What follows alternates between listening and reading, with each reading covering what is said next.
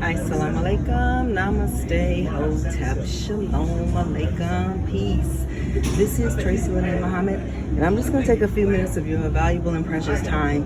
I was on a different piece of equipment, and I decided to come and get on this for a few minutes before class.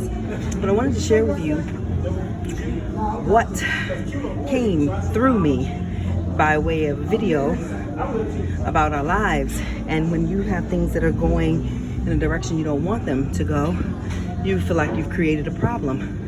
In order to solve that problem, you have to do what Albert Einstein said: change your mind, because you cannot solve a problem with the same mind that created it. That's why the problem is there, because you created it. You're going to have to come outside of your comfort zone. You're going to have to let go of some old, outdated belief systems. You're going to have to shift your perception. You're going to have to do some forgiving. You're going to have to do some loving. You're going to have to do a whole lot of stuff to solve the problem that you created in the current mindset that you're in. But here's the beautiful thing. When you change your mind, the problem solves itself. And when that problem solves itself, you are now free to learn from the trials of that problem, and you are ready to soar higher than you were before. If you allow yourself to get stuck in other people's perception of you, you're not going to go very far. This is your time on the ball. You get to make it whatever it is you want to make it, regardless of what anybody tells you. You have a beautiful, beautiful God mind within you, just like everybody else. I can say that with absolute confidence, because we all came from the same space, the Creator. Whatever name you decided that resonates with you, that's great, but you're still a part of that. So you can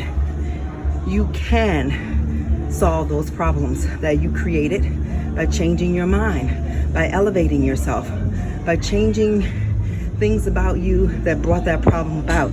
But the first thing you have to do is to desire the change.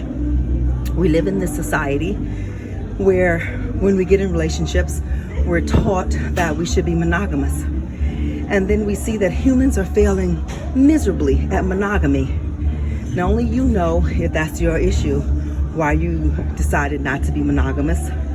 Only you know why you decided to take the cowardly route, going behind somebody's back and entering into a sexual relationship with someone that they didn't know about. That's for you to decide. But perhaps the problem was created because in your mind you don't believe in monogamy. Some people do.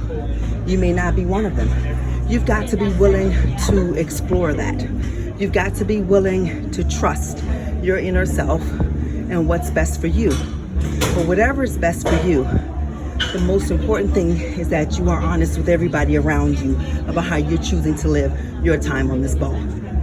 I just wanted to share that with you, and to share with you there's a beautiful series on Netflix called Explained.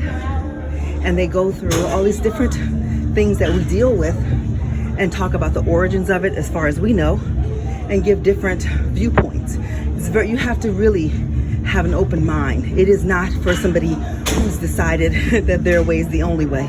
You're not going to grasp anything from it. You're just going to call it Satan's tool and keep it moving. And that's okay. I'm not here to judge you.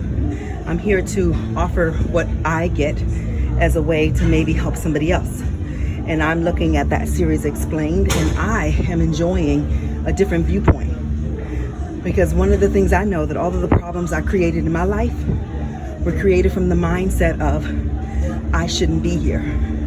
I wasn't planned for. I wasn't even asked for. And so I had spent a great deal of my life trying to prove that I deserved to be alive, instead of accepting the very real fact.